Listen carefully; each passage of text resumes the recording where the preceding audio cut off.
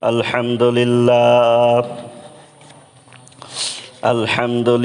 nahmaduhu wa nasta'inuhu wa nastaghfiruhu wa na'udzu billahi min shururi anfusina wa min sayyiati a'malina.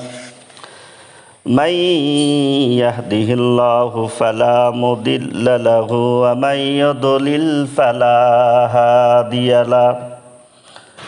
ونشهد أن لا إله إلا الله وحده لا شريك له ونشهد أن محمدا عبده ورسوله الذي أرسله بالحق بشيرا ونذيرا وداعيا إلى الله بإذنه وسراجا منيرا فقد قال الله تعالى في كلامه المجيد وفرقانه الحميد أعوذ بالله من الشيطان الرجيم بسم الله الرحمن الرحيم وإذ قلنا للملائكة اسجدوا لآدم فسجدوا إلا إبليس قال أأسجد لمن خلقت طينا قال أرأيتك هذا الذي كرمت علي لئن أخرتني إلى يوم القيامة لأحتنكن ذريته إلا قليلا قال اذهب فمن تبعك منهم فإن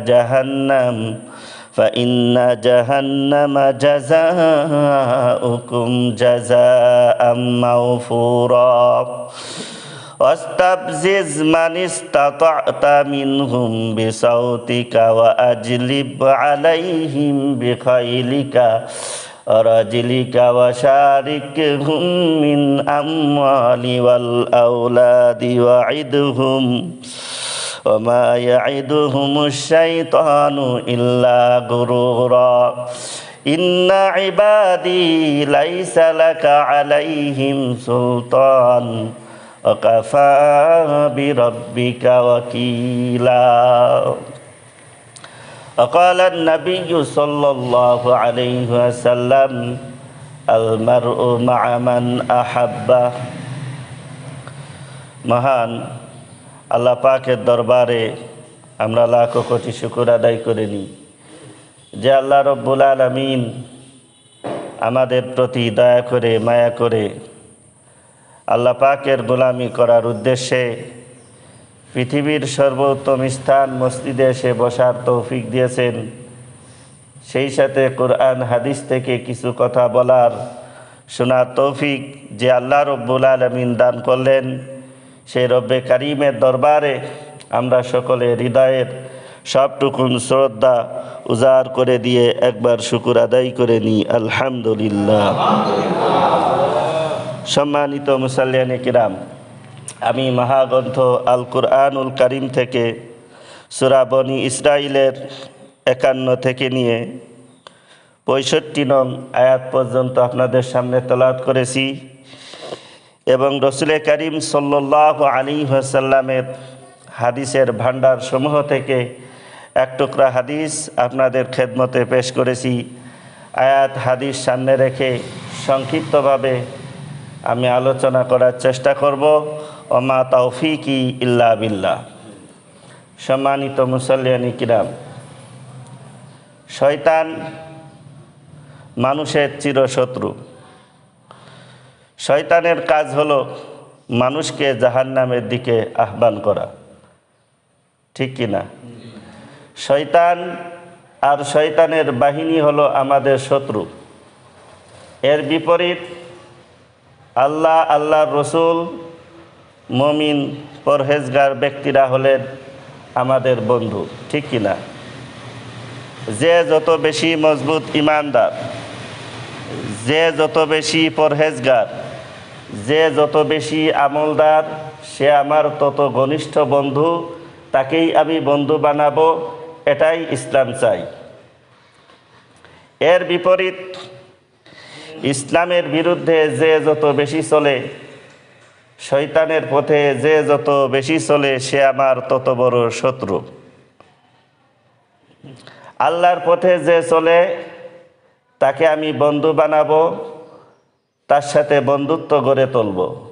পক্ষান্তরে শয়তানের পথে যে চলে তাকে আমি বন্ধু বানাবো না, তার সঙ্গে আমার বন্ধুত্ব হতে পারে না। বন্ধুত্ব আর শত্রুতার ক্ষেত্রে ইসলামের এই নীতি অত্যন্ত পরিষ্কার। শয়তান আর তার বাহিনীকে বন্ধু বানানো যাবে না। শয়তানেরও বাহিনী আছে। কোরআনে কারিমে বলা হয়েছে, যখন শয়তানকে অভিশপ্ত করা হলো হযরত আদম আলাইহিস সালামকে সেজদা না করার কারণে, তখন সে আল্লাহর কাছে আবেদন করে বলেছিল, আমাকে চিরকাল হায়াত দাও, কিয়ামত পর্যন্ত হায়াত দাও, যাতে আমি বনি আদমকে বিভ্রান্ত করতে পারি। আল্লাহ পাক বললেন, যাও, তোমাকে অবকাশ দেয়া হলো, তবে আমার খাঁটি বান্দা যারা, তাদেরকে তুমি বিভ্রান্ত করতে পারবে না।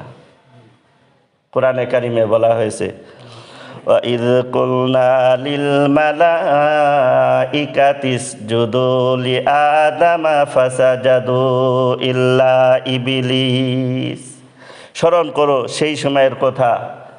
কুলনা লিল মালাইকা, আল্লাহ পাক বলছেন, যখন আমি ফেরেশতাদেরকে বললাম, উসজুদু লি আদম, তোমরা আদম আলাইহিস সালামকে সেজদা করো। সবাই সেজদা করলো, ইল্লা ইবলিস, ইবলিস ব্যতীত। আবা ওয়াস্তাকবারা, সে অস্বীকার করলো, অহংকার করলো। অহংকার করে ইবলিস বলল, ক্বালা আসজুদু লিমান খালাকতা তিনা। ইবলিস বলল, রব্বুল আলামিন, আমি কি এমন ব্যক্তিকে সেজদা করব যাকে তুমি মাটি দিয়ে সৃষ্টি করেছো? মাটি হলো নিম্নগামী বস্তু, আর আগুন হলো ঊর্ধ্বগামী বস্তু। আমি আগুনের তৈরি জিন হয়ে মাটির তৈরি মানুষকে সেজদা করতে পারি না। নাউজুবিল্লাহ।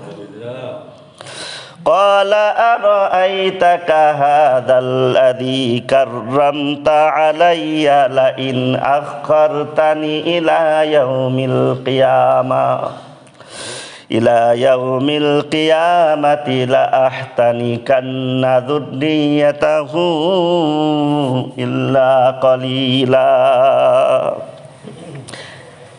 শয়তান বিতাড়িত হয়ে বলল যে, আপনি আদমকে আমার উপর শ্রেষ্ঠত্ব দান করেছেন, তার ভিতরে আপনি এমন কি গুণ পেয়েছেন?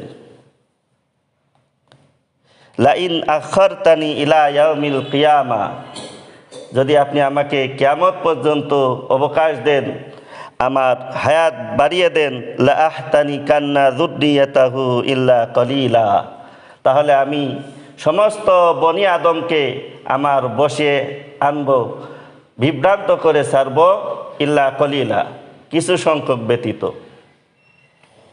আল্লাহ পাক বললেন, ক্বালা যাহাব ফামান তাবিআকা মিনহুম ফাইন্না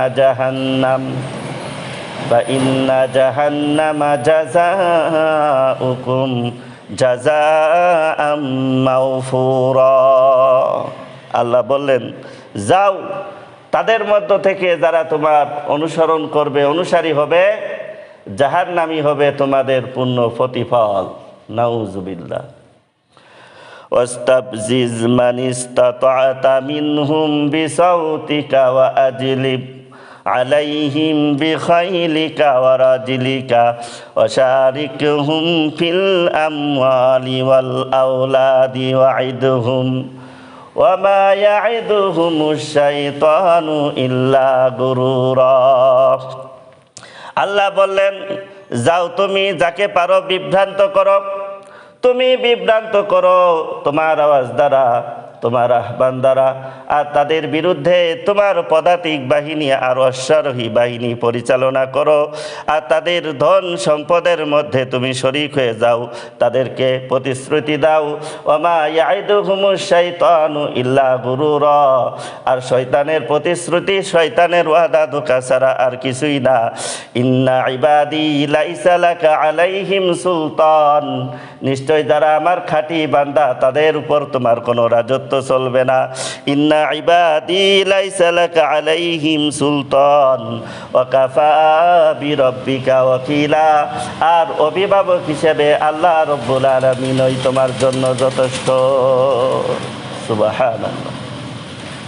ওয়াস্তাফজিজ মান ইসতাতা'তা মিনহুম বিসাউতিকা ওয়া আজলিব আলাইহিম বিখাইলিকা ওয়া রাজিলিকা ওয়া শারিকহুম ফিল আমওয়ালি ওয়াল আওলাদি ওয়াইদহুম ওমা ইয়াইদুহুমুশ শাইতানু ইল্লা গুরুরা। আয়াতের মধ্যে আল্লাহ পাক বলছেন যে যাও তুমি যাকে পারো বিভ্রান্ত করো তোমার আওয়াজ দ্বারা, তোমার আহ্বান দ্বারা, আর তাদের বিরুদ্ধে তোমার পদাতিক অশ্বারোহী বাহিনী পরিচালনা করো, তাদের ধন সম্পদে শরীক হয়ে যাও। এই আয়াতে বোঝা গেল শয়তানেরও বাহিনী আছে। এই আয়াতে শয়তানের দুই ধরনের বাহিনীর কথা বলা হয়েছে। এই বাহিনী কীরকম সে সম্পর্কে হাদিসে বিস্তারিত কিছু বলা হয়নি। হজরতে আব্দুল্লাহ ইবনে আব্বাস রাদিয়াল্লাহু তাআলা আনহু, যিনি সাহাবায়ে কেরামের মধ্যে অন্যতম মুফাসসিরে কুরআন হিসেবে স্বীকৃত, তিনি বলেছেন যারা মুসলমানদের বিরুদ্ধে কাফেরদের পক্ষে লড়াই করে তারা হলো শয়তানের বাহিনী। যারা পাপের পথে দ্রুত অগ্রসর হয় তারা হলো শয়তানের অশ্বারোহী বাহিনী, আর যারা পাপের পথে আস্তে আস্তে অগ্রসর হয় তারা হলো শয়তানের পদাতিক বাহিনী। এই শয়তান আর শয়তানের বাহিনী সম্পর্কে বলা হয়েছে ইন্নামা ইয়াদউ হিজবাহু লিয়াকুনু মিন আসহাবিস সাঈদ, এরা জাহান্নামের দিকে ডাকে। কাজী শয়তান আর শয়তানের বাহিনীকে বন্ধুরূপে গ্রহণ করা যাবে না, বরং তাদেরকে শত্রু হিসেবে গ্রহণ করতে হবে। আর শত্রুর সঙ্গে কোনো আন্তরিকতা হতে পারে না, পারে। তাই ইসলামের নিয়ম হলো যারা কাফের অমুসলিম তাদেরকে বন্ধুরূপে গ্রহণ করা যাবে না। বাহ্যিক আচার আচরণ কথাবার্তায় সৌজন্য রক্ষা করা এটা তো সকলের সাথেই থাকবে। অমুসলিমদের সাথেও সৌজন্যের ব্যবহার থাকবে, তাদের সাথে অসৎ আচরণ, অসৌজন্যমূলক আচরণ ইসলাম শিক্ষা দেয়নি।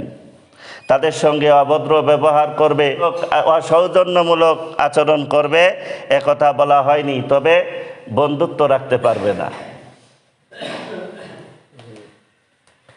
অমুসলিমদের সাথে যে সৌজন্য ব্যবহার করবে, সৌজন্য বজায় রাখবে, এটারও নিয়ত থাকতে হবে ভালো। এই নিয়ত থাকতে হবে যে আমার ভালো ব্যবহার দেখে, আমার সৌজন্যমূলক আচরণ দেখে তারা ইসলামের দিকে আকৃষ্ট হবে, এটা তাদের মুসলমান হওয়ার কারণ হবে। এই নিয়তে তাদের সঙ্গে ভালো ব্যবহার করবে। ভালো ব্যবহার করতে হবে, কিন্তু বন্ধুত্ব রাখা যাবে না। তবে একটা ক্ষেত্র আছে যেখানে বাহ্যিকভাবে বন্ধুত্ব প্রকাশ করা যায়। সেই ক্ষেত্রটা হলো যদি এই আশঙ্কা হয় যে বাহ্যিকভাবে বন্ধুত্ব প্রকাশ না করলে ক্ষতি হয়ে যাবে। যেমন অমুসলিম সংখ্যাগরিষ্ঠ রাষ্ট্রে যে সমস্ত মুসলমানরা বসবাস করে তারা এরূপ অবস্থার সম্মুখীন হয়ে থাকে। এরূপ হলে বাহ্যিকভাবে বন্ধুত্ব প্রকাশ করা যায়।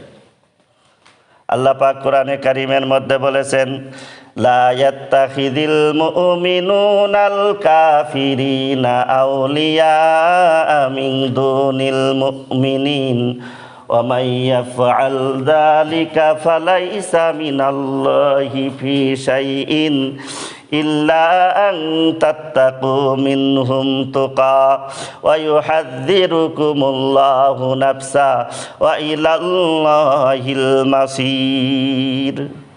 কোনো মুসলমান মুমিন মুসলমানদেরকে বাদ দিয়ে অমুসলিমদেরকে বন্ধু বানাতে পারবে না। কেউ যদি অমুসলিমদের সাথে এরকম বন্ধুত্ব রাখে, অর্থাৎ আন্তরিক বন্ধুত্ব রাখে, তাহলে আল্লাহ তাআলার সাথে তার কোনো সম্পর্ক থাকবে না।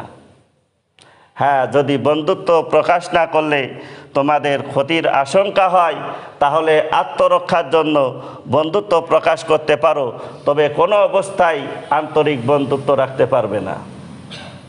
ওয়াইউহাযযিরুকুমুল্লাহু নাফসা, আল্লাহ তার জাতের ব্যাপারে তোমাদেরকে সতর্ক করেছেন, তোমাদের মনের খবর আল্লাহ রাখেন। তুমি কি আন্তরিকভাবে তাদের সঙ্গে বন্ধুত্ব রাখো, নাকি শুধু ক্ষতি থেকে বাঁচার জন্য তাদের সঙ্গে বন্ধুত্ব রাখো? তোমার মনের প্রকৃত অবস্থা কি তা কিন্তু আল্লাহ পাক জানেন। এখানে বোঝানো হয়েছে ক্ষতির আশঙ্কা থেকে বাঁচার জন্য বাহ্যিকভাবে বন্ধুত্ব প্রকাশ করা যায়।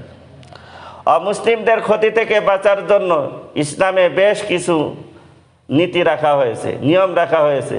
যেমন সাধারণভাবে অমুসলিমদেরকে সালাম দেওয়া যায় না, তবে কোথাও ক্ষতি থেকে বাঁচার জন্য একান্ত কিছু বলে যদি অভিবাদন জানানো যায় হবে, যেমন গুড মর্নিং, গুড ইভিনিং, শুভ সকাল, শুভ সন্ধ্যা ইত্যাদি বলে অভিবাদন করা যায়। অফিসের বস বা ঊর্ধ্বতন কর্মকর্তা অমুসলিম হলে এরকম প্রয়োজনীয়তা দেখা দিতে পারে, ঠিক কি না? কিন্তু এগুলো হলো বাহ্যিক আন্তরিকতা প্রকাশ বা সৌজন্যমূলক আচরণ। আন্তরিক বন্ধুত্ব কোনো অবস্থাতেই তাদের সঙ্গে হতে পারবে না। অনেক সময় অমুসলমানদের আপ্যায়ন গ্রহণ করতে হয় বা তাদেরকে আপ্যায়ন করতে হয়, এগুলোর ক্ষেত্রেও শরীয়তে মাসালা রয়েছে। যদি ঠেকাবশত সৌজন্য রক্ষার খাতিরে তাদের আপ্যায়ন গ্রহণ করতে হয়, তাহলে তাদের জবাই করা প্রাণীর গোশত না হলে বা কোনো নাপাক বস্তুর মিশ্রণ না হলে গ্রহণ করা যায়। এই মাসআলার আলোকে বিধর্মীদের দোকান থেকে আমরা মিষ্টি ক্রয় করতে পারি, তাদের হোটেল থেকে তাদের রান্না করা গোশত ছাড়া অন্য খাদ্য খাবার ক্রয় করতে পারি। তারপরেও বলা হয়েছে যদি একজন মুসলমানের দোকান থেকে এই নিয়েতে ক্রয় করা হয় যে একজন মুসলমান লাভবান হবে, তাহলে তাই উত্তম, কেননা এতে একজন মুসলমানের উপকার হলো। অমুসলমানদের সঙ্গে কেন বন্ধুত্ব রাখা যাবে না? তার অনেকগুলো কারণ রয়েছে। এক নম্বর কারণ হলো হাদিসের মধ্যে আল্লাহ রসুল বলেছেন, আল মারউ মা'a মান আহাব্বা, যার সঙ্গে যার ভালোবাসা, যার সঙ্গে যার বন্ধুত্ব, তার সঙ্গে তার হাসর হবে। দুনিয়াতে মুসলমানরা একসাথে থাকবে, জান্নাতেও একসাথে থাকবে। কাফেররা দুনিয়াতে একসাথে থাকবে, জাহান্নামেও একসাথে থাকবে। এমনভাবে একসাথে থাকবে যে কোরআনে কারিমের এক আয়াতে বলা হয়েছে, ইয়াজআলুল খবিসা বা'দাহু আলা বা'দিন ফায়ারকুমাহু জামিআন ফায়াজআলাহু ফি জাহান্নাম।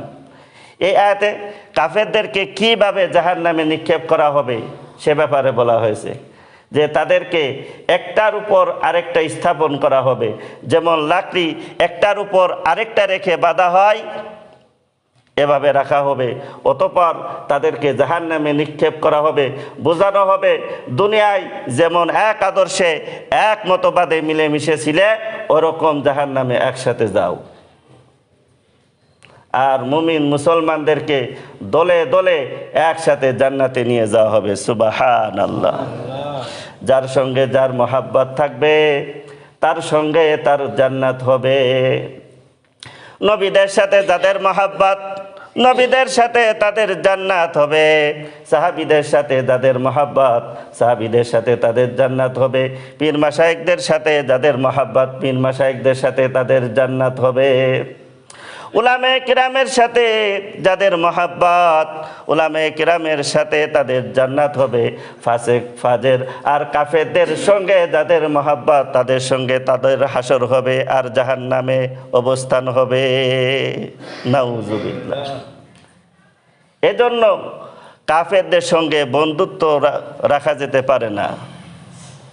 সৌজন্যমূলক ব্যবহার থাকবে, সমবেদনা থাকবে, কিন্তু বন্ধুত্ব থাকবে না।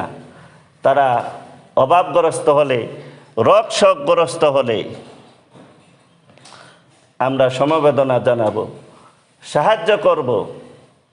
প্রতিবেশী হলে তাদের জন্য প্রতিবেশী হিসেবে যা কিছু করার সেগুলো আমরা করব, কিন্তু বন্ধুত্ব রাখা যাবে না। এটাই হলো ইসলামের নীতি। অতএব এত কিছু থাকার পরেও কেউ যদি বলে ইসলাম হলো সাম্প্রদায়িক ধর্ম, মুসলমানরা হলো সাম্প্রদায়িক, অন্যান্য ধর্মাবলম্বীদের সাথে মুসলমানদের এত সব সম্প্রীতিমূলক আচরণ ও নীতি থাকা সত্ত্বেও কেউ যদি ধর্মপ্রাণ মুসলমানদেরকে, আলেম সমাজকে সাম্প্রদায়িক গোষ্ঠী হিসেবে চিত্রিত করতে চায়, হয় সে মূর্খ, না হয় জ্ঞানপাপী। ঠিক কিনা? যেখানে অন্যান্য অবলম্বীদের ধর্মকর্ম করতে আমরা বাধা দিব না, মুসলমানদের ধর্মকর্ম করতে আমরা বাধা দিব না, তাদের মতাদর্শের অন্যায় সমালোচনা করব না, প্রয়োজনে সমালোচনা করতে গেলেও তাতে বাড়াবাড়ি করব না।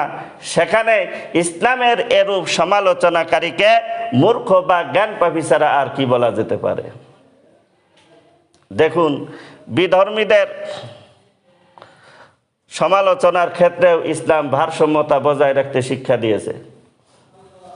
কোরআনে কারিমে বলা হয়েছে, ওয়ালা তাসুব্বুল্লাযীনা ইয়াদউনা মিন দুনিল্লাহি ফায়াসুব্বুল্লাহা আদওয়াম বিগাইরি ইলম। অমুসলিমদের দেবদেবী সম্পর্কে যখন তোমরা আলোচনা করবে তখন সীমা লঙ্ঘন করবে না, অশ্লীল কথাবার্তা বলবে না, ফাহিশা কথাবার্তা বলবে না। যদি তোমরা বাড়াবাড়ি করো তাহলে তোমাদের খোদার ব্যাপারেও তারা বাড়াবাড়ি করবে। তুমি সমালোচনা করতে গিয়ে সীমা লঙ্ঘন করলে তারাও সীমা লঙ্ঘন করবে, আর এর জন্য তুমিই দায়ী হবে। রাসূল করিম সাল্লাল্লাহু আলাইহি ওয়াসাল্লাম এক হাদিসে বলেছেন যে তোমরা মাতা পিতাকে গালি দিও না, কেননা মাতা পিতাকে গালি দেয়া কবিরা গুনাহ। সাহাবায়ে কেরাম বললেন, ইয়া রাসূলুল্লাহ, কেউ কি তার মাতা পিতাকে, মা বাপকে গালি দেয়? আল্লাহ রসুল বললেন, অন্যের পিতাকে গালি দিলে সেও তোমার পিতাকে গালি দিবে, অন্যের মাকে গালি দিলে সেও তোমার মাকে গালি দিবে, আর এর জন্য তুমিই দায়ী। এখানে বোঝানো হয়েছে অন্যের পিতামাতাকে গালি দিয়ে সে যেন প্রকারান্তরে নিজের পিতামাতাকেই গালি দিল। মনে করুন একজন আরেকজনকে বলল অমকের বাচ্চা অমক জাদা, তাহলে সেও তো তার মা বাপ সম্পর্কে ওরকম বলবে, ঠিক কিনা? তাহলে আমার মা বাপ সম্পর্কে ওরকম বলার কারণ তো আমিই হলাম, ঠিক কিনা? অতএব বিধর্মীদের মতাদর্শ সম্পর্কে সমালোচনা যদি করতে হয় তাহলে সেটা শালীল ভাষায় করতে হবে, মার্জিত ভাষায় করতে হবে। যদি সেটা অশালীল ভাষায়, অমার্জিত ভাষায় বাড়াবাড়ি করে করা হয় তাহলে আমাদের ইসলাম ধর্ম সম্পর্কেও তারা বাড়াবাড়ি করবে, তার জন্য দায়ী থাকবো আমরাই, ঠিক কিনা? দেখুন কত সুন্দর নীতি ইসলামে রাখা হয়েছে। অমুসলিমদের মতাদর্শের ব্যাপারে আমরা বাড়াবাড়ি করব না, তাদের সঙ্গে সৌজন্যমূলক ব্যবহার থাকবে, তাদের জানমালের ক্ষতি করব না, বিচার প্রার্থী হলে ন্যায্য বিচার করে দিব। এত কিছু অসাম্প্রদায়িক নীতি থাকার পরেও কেউ যদি ধর্মপ্রাণ মুসলমানদেরকে, আলেম সমাজকে সাম্প্রদায়িক গোষ্ঠী হিসেবে প্রচার করে বেড়ায় তাহলে হয় সে মূর্খ, না হয় জ্ঞানপাপী। যদি সে মূর্খ হয় তাহলে তাকে বোঝানো উচিত, আর জ্ঞানপাপী হলে তার জন্য দোয়া ছাড়া আর কি বা করার আছে, ঠিক কি না? সম্মানিত মুসল্লিয়ানে কিরাম, ইসলাম শুধু এতটুকু বলেছে যে অমুসলমানদের সঙ্গে তুমি শুধু আন্তরিকতা রাখতে পারবে না, কেননা তাদের সাথে যদি তোমার আন্তরিকতা এসে যায় তাহলে তাদের আদর্শ ভালো লাগবে। এভাবে তুমি আস্তে আস্তে দ্বীনের আদর্শ থেকে বিচ্যুত হয়ে তাদের আদর্শের অনুসারী হয়ে যাবে, এভাবে তোমরা জাহান্নামী হয়ে যাবে। কোরআনে কারিমে বলা হয়েছে, ওয়ালা তারকানু ইলাল্লাযীনা যালামু ফাতামাসসাকুমুন নার। যারা জালেম কাফের অমুসলিম তাদের দিকে তোমরা ঝুঁকবে না, তাহলে জাহান্নামের আগুন তোমাদের স্পর্শ করবে, অর্থাৎ এটা তোমাদের জাহান্নামে যাওয়ার কারণ হবে। এই জন্য অমুসলিমদের সঙ্গে অমুসলিমদেরকে বন্ধু বানানো যাবে না, তোমাদের বন্ধু হবে কেবলমাত্র মুসলমানরা। সুবহানাল্লাহ।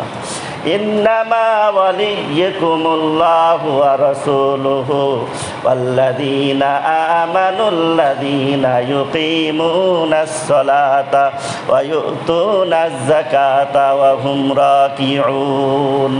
তোমাদের বন্ধুত্ব হলো কেবলমাত্র আল্লাহ, আল্লাহ রসুল এবং মুমিন পরহেজগার ব্যক্তিরা, যারা নামাজ কায়েম করে, যাকাত প্রদান করে, যারা নেককার পরহেজগার, কেবলমাত্র তারাই হলো তোমাদের বন্ধু। কোরআনে কারিমের আরেক আয়াতে বলা হয়েছে, যারা আল্লাহ, আল্লাহ রসুলের সাথে বন্ধুত্ব রাখে তারা হলেন আল্লাহর দল। আর আল্লাহর দল দুনিয়াতেও বিজয়ী হবে, পরকালেও বিজয়ী হবে, পরকালে তারা জান্নাতে যেতে পারবে। সুবহানাল্লাহ। ইসলামী পার্টি বা দল মাত্র দুইটা, একটা হলো আল্লাহর দল বা আল্লাহর পার্টি, আরেকটা হলো শয়তানের দল বা শয়তানের পার্টি। আল্লাহর দলকে বলা হয় হিজবুল্লাহ আর শয়তানের দলকে বলা হয় হিজবুশ শাইতান। একজন মানুষ হয় আল্লাহর দলের অন্তর্ভুক্ত, আল্লাহর পার্টির সদস্য, না হয় শয়তানের দলের অন্তর্ভুক্ত, শয়তানের পার্টির সদস্য। আমি যদি খাঁটি মুমিন হয়ে থাকি, আমি যদি খাঁটি মুসলমান হয়ে থাকি, তাহলে অবশ্যই আমাকে আল্লাহর দলের অন্তর্ভুক্ত হতে হবে, ঠিক কি না? সমস্ত মুমিন মুসলমানরা হলেন আল্লাহর দলের অন্তর্ভুক্ত, আর এই দলের নেতা হলেন রাসূল করিম সাল্লাল্লাহু আলাইহি ওয়াসাল্লাম। তাই মুমিন পরহেজগার ব্যক্তিরাই হতে পারেন আমার বন্ধু। একমাত্র আমি তাদেরই দলের অন্তর্ভুক্ত হতে পারি যে যত বেশি মজবুত ইমানদার, যে যত বেশি আমলদার, সে আমার তত বড় বন্ধু। আমার মনের অবস্থা যদি এই হয়, আমার নীতি যদি এই হয়, এদেরকে যদি আমার ভালো লাগে, পরহেজগার দিনদার ব্যক্তিদেরকে যদি আমার ভালো লাগে, হাফেজ আলেম প্রমুখ ব্যক্তিদেরকে যদি আমার ভালো লাগে, তাহলে বোঝা যাবে আমার মনের অবস্থা দুরস্ত আছে, সঠিক আছে। আর যদি তাদেরকে ভালো না লাগে, তাহলে বোঝা যাবে আমার মনের অবস্থা এখনো দুরস্ত হয়নি, সঠিক হয়নি।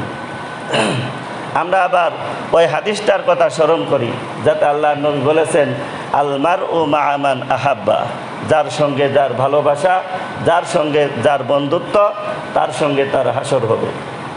অতএব যখনই কোনো পরহেজগার মানুষকে আমি পাব, তাকে আমার ভালোবাসার চেষ্টা করতে হবে। আমি যখন কোনো আল্লাহ ভক্ত মানুষকে দেখব, রসুল ভক্ত মানুষকে দেখব, তাকে আমার ভালো লাগতে হবে। ভালো না লাগলে মনকে বোঝাতে হবে, ভালো লাগার চেষ্টা করতে হবে। তাদের সাথে মহব্বত সৃষ্টির উপায় উপকরণ এবং উদ্যোগ গ্রহণ করতে হবে। আর যারা এরূপ নয়, তাদের সঙ্গে আন্তরিকতা লাঘব করতে হবে, তাদের সঙ্গে ভালোবাসা থাকলে সেটা কমিয়ে আনতে হবে।